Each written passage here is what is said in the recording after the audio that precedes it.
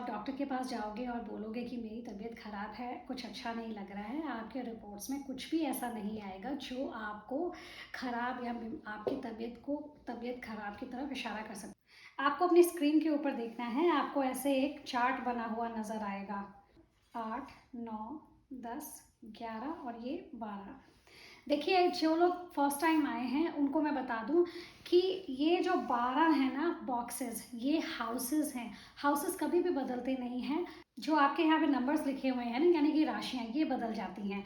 अब मान लीजिए आपके कुंडली के फर्स्ट हाउस में केतु यहाँ विराजमान है, ऐसे आपको दिख रहा होगा कुंडली में, या तो KE या के हिंदी में लिखा होगा, उसका मतलब है यहाँ पे आपके केतु विराजमान है।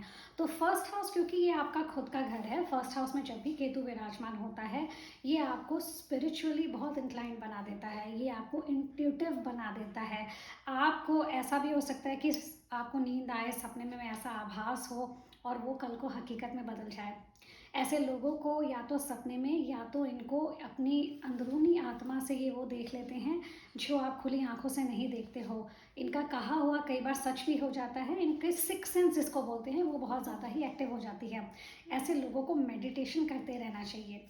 अब कुंडली के ऊपर देखिए, अगर आपके सेकंड हाउस में केतु विराजमान है, ऐसे स्क्रीन पे देखेंगे ये KE यहाँ पे लिखा होगा, तो सेकंड हाउस में जो केतु बैठा होता है ना, ऐसे लोग, अगर सेकंड हाउस क्योंकि धन भाव है, अगर ये पैसे के पीछे भागते हैं ना, तो ऐसे लोग बहुत गरीब देखे जाते हैं।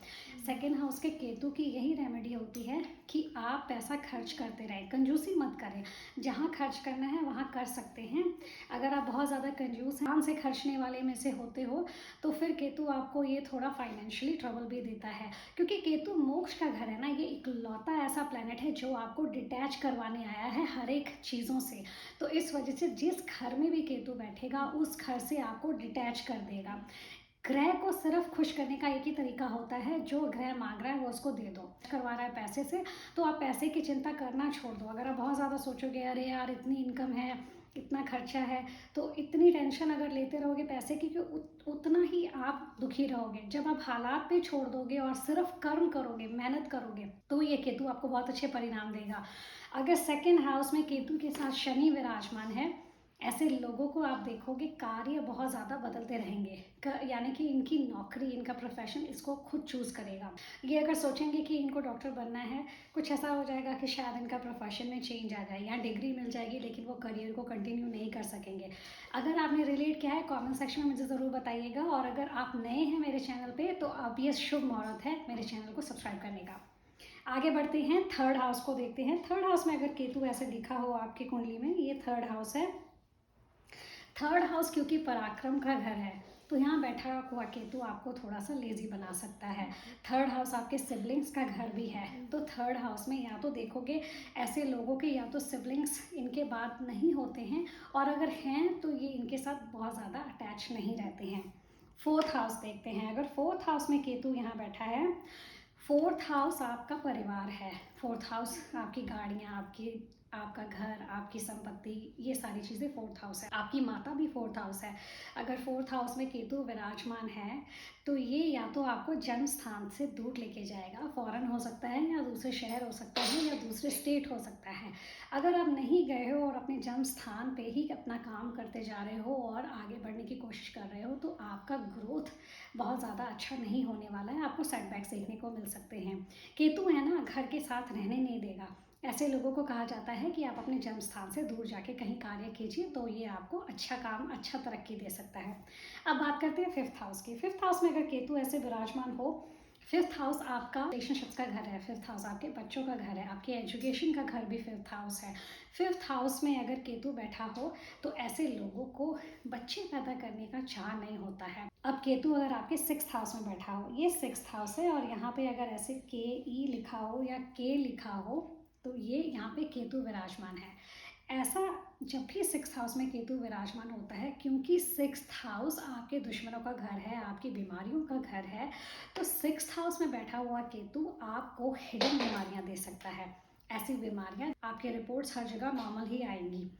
ऐसा होने से आपको समझ लेना चाहिए कि आपका सिक्स्थ हाउस में या तो केतु है, क्योंकि कुछ लोग ऐसे ऐसे कंडीशंस में ना जादू टोने के पीछे भाग जाते हैं।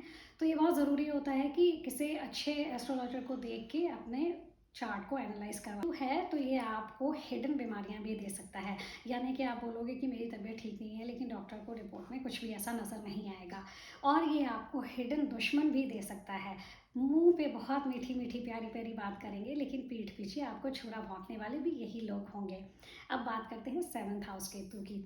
ये 7th हाउस है और यहाँ पे अगर केतु विराजमान है तो ये आपको आपके स्पाउस के साथ डिटैच करने के, आपके हस्बैंड या वाइफ के साथ। और अगर आप बिजनेस कर रहे हो, क्योंकि 7th हाउस बिजनेस को दर्शाता है, तो ये आपको बिजनेस से भी डिटैचमेंट देता है। अब आगे बढ़ते हैं 8th हाउस के बारे में बात करते हैं। 8th हाउस, ये आपका 8th हाउस है। अगर यहाँ पे केतु विराजमान है तो ये अच्छा है। 8th हाउस में जब केतु विराजमान होता है तो ये आपको ऑकल्ट के साथ जोड़ देता है। केतु अगर 8th हाउस में है और आप अगर रिसर्च से जुड़ गए हैं, किसी भी तरीके का ऐसा रिसर्च, चाहे वो फाइनेंस रिसर्च हो या वो साइंटिफिक रिसर्च हो या ऑकल्ट बारे में हो, एस्ट्रोलॉजी के बारे में हो, तो फिर ये केतु वंडर्स कर देगा। क्योंकि केतु रिसर्च भी है ना, तो केतु आपके लिए बहुत सारे मार्ग ऐसे खोलेगा। अब आगे बढ़ते हैं, 9th हाउस की बात करते हैं। 9th हाउस में अगर केतु विराजमान है तो ये केतु आपको आपके ट्रेडिशंस के साथ डिटैच करता है, आपको अपने पिता के साथ डिटैच करता है। अब बात करते हैं 10th हाउस में। अगर 10th हाउस में केतु विराजमान है, यहाँ पे ये 10th हाउस है, तो ये आपको अपने कार्य के साथ डिटैचमेंट देता है। अगर आप ऐसा कोई काम कर रहे हो, ऐसे किसी वर्क एनवायरनमेंट में हो जहाँ पे आपको आपका मन चाहा काम नहीं है, बस आप कर रहे हो, तो ये केतु आपको डिटैचमेंट देगा। जैसे मन मौजी आराम प्रस्थ लोग नहीं होते हैं, बिल्कुल आराम से जाएंगे, अपनी मन मर्जी से काम करेंगे, वैसा केतु आपको बना देता है। आप माइक्रो मैनेजिंग वाले काम इनसे नहीं करवा सकते हो। अगर आप इनके सर के ऊपर बैठे रहोगे तो ये काम नहीं करेंगे। 11th हाउस के ऊपर तो यहाँ पे बैठा हुआ केतु आपको अपने रिश्तेदारों के साथ डिटैच करवा देता है। यहाँ पे बैठा हुआ केतु आपको अपने दोस्तों के साथ भी डिटैच करवाता है। ऐसा लोग बहुत ज़्यादा सोशल नहीं होते हैं। आगे बढ़ते हैं, 12th हाउस के बारे में बात करते हैं। ये 12th हाउस तो ये बहुत अच्छा माना जाता है। कहा जाता है कि 12th हाउस में बैठा हुआ केतु ये आपको मोक्ष दिलाता है। ऐसा नहीं है कि ज़िंदगी जल्दी ख़त्म हो जाती है, ऐसा बिल्कुल नहीं सोचना है। ये होता है कि 12th हाउस मोक्ष का घर है, इस वजह से केतु भी मोक्ष देता है। केतु भी आपको हर बंधन से, हर मोह माया से छुड़ाने आया है। अगर 12th हाउस में केतु है और आपको मेडिटेशन करते रहना चाहिए, आपको स्पिरिचुअली इंक्लाइंड रहना चाहिए। कहा जाता है कि 12th हाउस में अगर केतु है तो ये आपका आखिरी जन्म होता है। अगर इस जन्म में आप अच्छे कार्य करते हो और अपने लिए नए कर्म नहीं जोड़ते हो तो आपको जन्म मरण के झंझटों से छुटकारा मिल जाता है। अगर आपको ये इंटरेस्टिंग लगा है या आपको इसको डिटेल में समझना है या आपको इसके साथ और प्लैनेट्स के कंजंक्शंस के बारे में समझना है, मुझे कमेंट सेक्शन में ज़रूर बताइएगा। ऐसी और वीडियोस के लिए लाइक और सब्सक्राइब करना ना भूलिएगा। जय श्री राम।